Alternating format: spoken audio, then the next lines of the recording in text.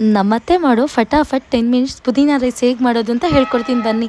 ಒಂದು ಜಾರಿಗೆ ಶುಂಠಿ, ಬೆಳ್ಳುಳ್ಳಿ, ಹಸಿರುಗಾಯಿ, ಕೊತ್ತಂಬರಿ, ಪುದೀನ ಹಾಗೆ ತುರಿದಿಟ್ಟಿರೋ ಕಾಯಿ ಇಷ್ಟು ಮಿಕ್ಸಿ ಮಾಡಿಕೊಂಡು ಒಂದು ಸೈಡ್ ಮಸಾಲೆ ರೆಡಿ ಮಾಡ್ಕೊಳ್ಳಿ. ಇನ್ನೊಂದು ಸೈಡ್ ಬಾಣಲೆ ಇಟ್ಕೊಂಡು ಎಣ್ಣೆ ಸ್ಪೈಸಸ್ ಎಲ್ಲ ಹಾಕ್ಕೊಂಡು ಫ್ರೈ ಮಾಡ್ಕೊಳ್ಳಿ. ಸೀದೋಗೋವರೆಗೂ ಬಿಡಬೇಡಿ.